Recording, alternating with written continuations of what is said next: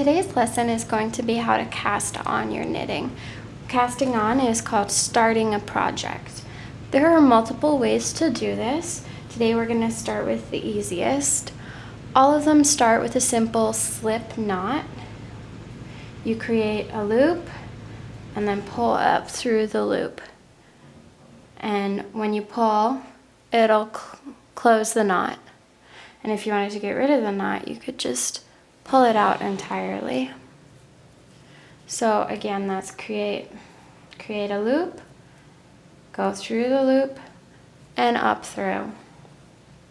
You stick that on your needle and tighten it. That's how you start any casting on. From here, there are different ways you can go. The easiest is to just create a loop. You want to pick up your yarn, twist it around so it's now crossed in the front, and put it on the needle and tighten it just a little bit. You don't want it too tight, just, a little bit further away from the first stitch. So you cross it so the side on the ball is now in front, and put it on the needle and tighten it. This is what our stitch is going to look like. It's around in the back and coming out in the front, so it's nice and sturdy on there. You continue doing this for as many stitches as you want. For just a regular worsted weight yarn like this, that's like just your normal yarn that you'll get in the craft store, approximately medium thickness. I'm gonna do maybe 15 today. If I were doing a scarf, I would do anywhere between 15 to 25 stitches, depending on how thick I want the scarf to be. So here I'm doing a kind of a simpler way where I wrap it around my thumb behind my fingers, and that creates that same loop that we were talking about with the yarn in the front and slipping it on the needle, and I can tighten it in one stitch. So that's kind of like a shortcut way. See, 2, 4, 6, 8, 10, 12, 14. I made 16, so I'm just going to take this and pop it off the needle. And now I have my 15 stitches. So this is what it looks like with my 15 base stitches on it. Some of them are closer together than others. It's really not a big deal. You want to try to get them kind of similar like mine are, but obviously they're not exact. But you don't want like, this far apart and then this far apart, just kind of close together. Now, the hard part in knitting is how to hold your yarn. It's very similar to crocheting. I always hold my yarn in my left hand. You will see people doing it in their right hand, but I think that really slows down the knitting. So what I'll do is go palm up through the pinky and then around the pointer. So it looks like that. And that's what it's gonna look like. And now once I have that, with these free fingers, I can grab my needle. So again, that's palm up, just stick your pinky in there, and depending on how tight you hold these two fingers is if your stitches will be tight or loose. So you can always change your tightness by either tightening this or loosening that.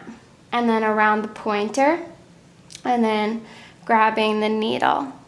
You always want your stitches to be facing down towards the ground, so I'm making sure that this is not twisted and that all of these are facing towards the ground. And if this is too loose here, you can just pull behind your pinky and it'll tighten up. So now that I finished my cast on row, I'm able to start knitting. The way that we knit is you take your right hand needle and go up through the back of the stitch, and then you want to wrap the yarn around, going from the left to the right. and you'll see it kind of hooks around the needle there. You want to make sure it's hooked on. Then you take your right hand needle and go down through the loop and off the left hand needle. And if it's really loose, you can tighten it a little bit. You go up. You want to start in the front and then go towards the back. So your right hand needle will be at the back, behind your left hand needle. Then you go around from left to right, moving your pointer finger around. You want to make sure that you're pulling this down so they're right next to each other.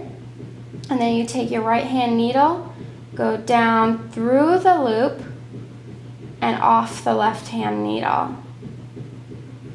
So right hand needle up, it's behind the left, taking the pointer finger, wrapping around that needle. And let me show you this loop here. So this is a loop that we just went through. Now there's a hole there, and you just go down through that loop, up and over. And now we have 3 stitches on this side, and to make sure we didn't drop any, we can count, and there should be 12 on that side. So up through the back, around, through the loop, off the needle. Up through the back, around, through the loop, off the needle. And I'm just going to finish the row this way. And you want to make sure that you're catching the whole loop here. It is possible to just catch that much. You don't want to do that or it'll look weird. You want to make sure you're going through the whole loop. And the last stitch is sometimes tricky because it's that slip knot. So here we have a finished row. On the side that we just finished, they're going to look like V's. And on the other side, they're going to look like, I call them like minus signs. It's going to be, you know, like that. And so now we know that we always start our knitting in our left hand. So this side we're going to start is going to be like this. This is called the purl stitch on that side, and the knitting is the V stitch. So if you ever want to do purl, this will be your purl side. So again, with our yarn, with our needle, we go, get that out of here, in the pinky and around the pointer, grabbing our knitting so that our 2 fingers are in the back, our thumb is in the front, and our knitting will always face towards the ground. And then again, we go up through the back, around, whoops, and through the loop. And you continue doing this until you've reached your desired length. Okay, so I'm just going to try to do some in slow-mo for you.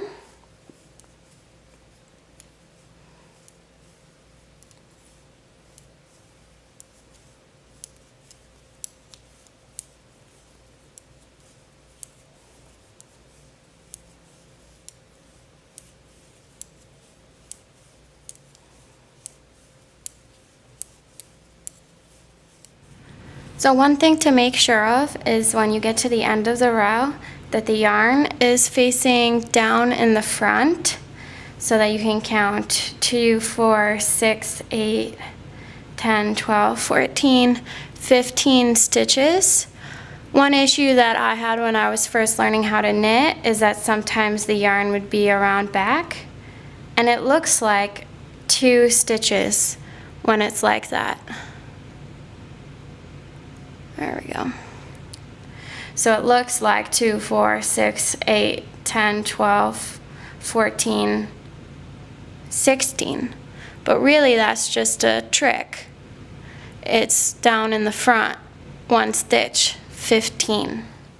You want to make sure that your stitches are facing this direction, that there's kind of like a side that sticks more towards the right.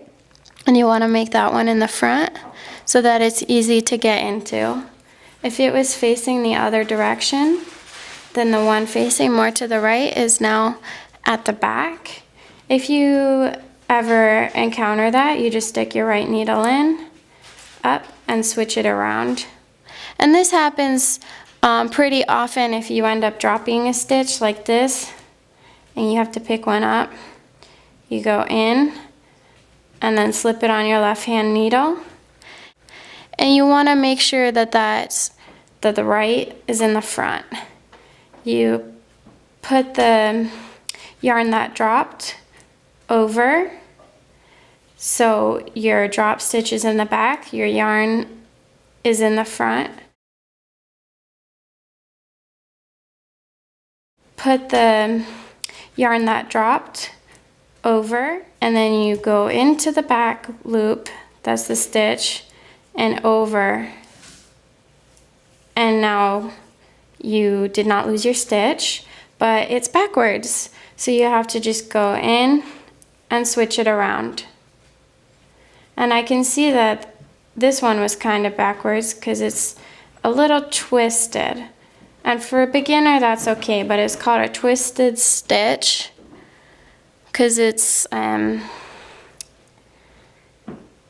instead of going up and around that way, it goes up and around the other way.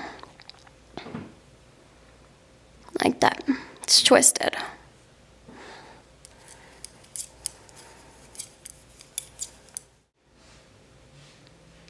This is what we have so far.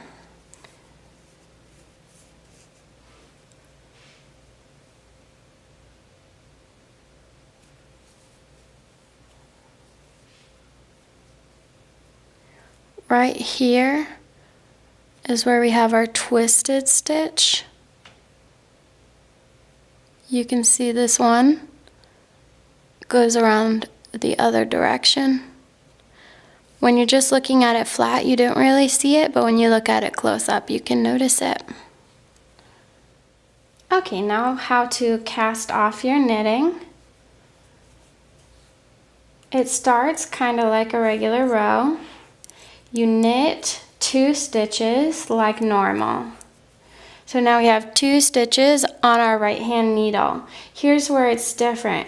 We want to take the stitch that's on the right side, go in the front, and lift it over the other stitch. Then you knit 1 more, take the stitch on the right, go in through the front, and bring it over the other stitch. Knit 1 more, go through the one on the right, over the other one. And you continue doing this until you get through the end of the row. So you always are gonna have 2 and then 1. 2 and then 1 through the end of the row. Oh, I lost one. So I just put this one back on, knit it again, over,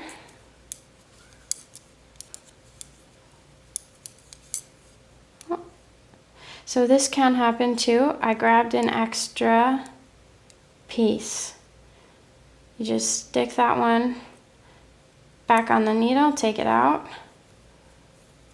knit again. 2 to 1, 2 to 1, 2. Sorry, I'm trying to do it fast. 2 to 1, 2 to 1, 2 to 1. All right, now I have 1 left.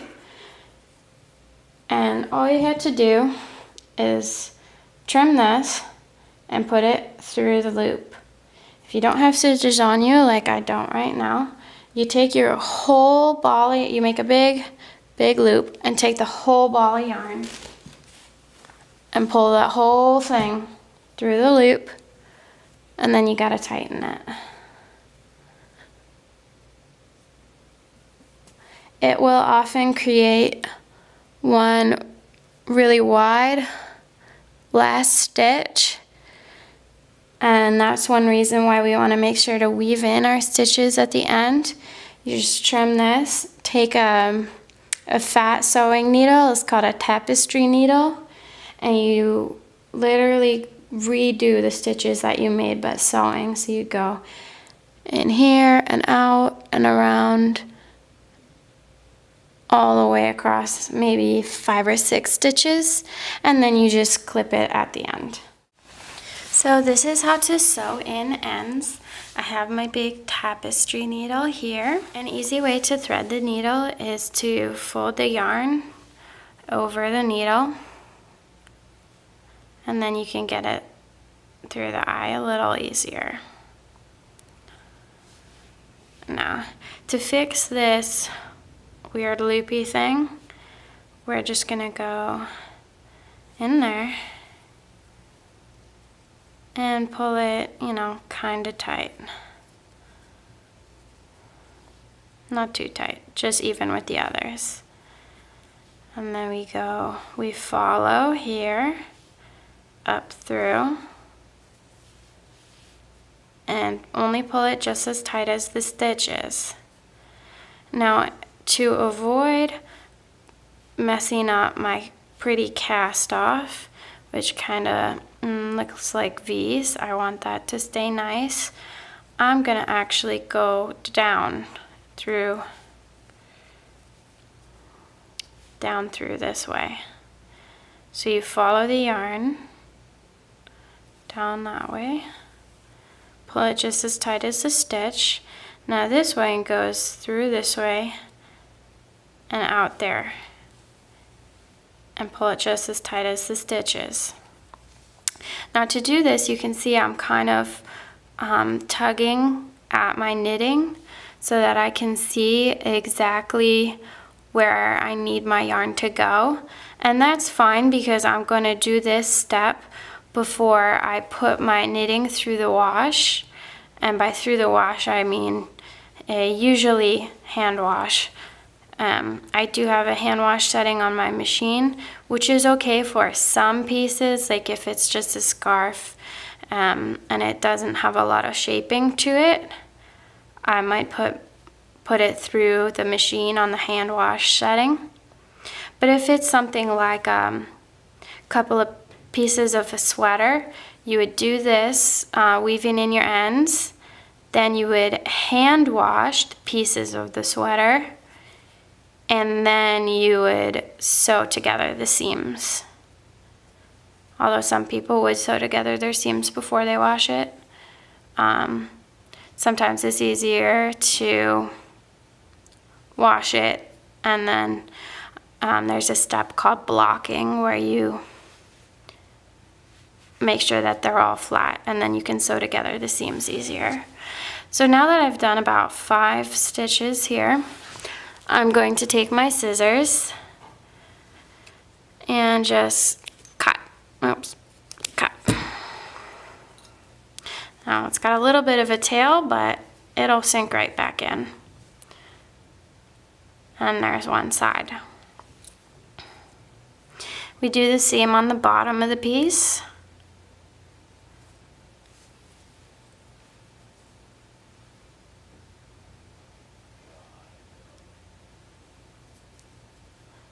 So here it's coming out this way. I'm going to tuck it in here and pull it tight. Now from this stitch,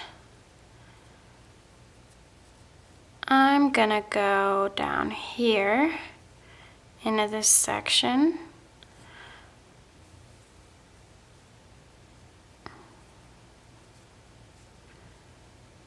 And now I'm out here, so let's see, where's the best way to go from here? I'm gonna go up this way. So you follow the yarn so it goes out to this hole. And then back down this way. You're basically tracing the stitches that you already made.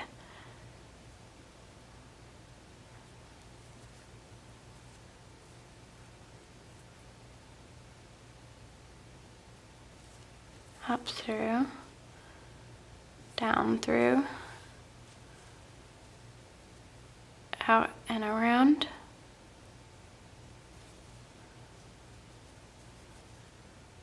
up through, down through, out and around, and then I'll usually end on a down through, and sometimes catching a little piece of yarn on the last one, and then you just trim. And that's my piece right there.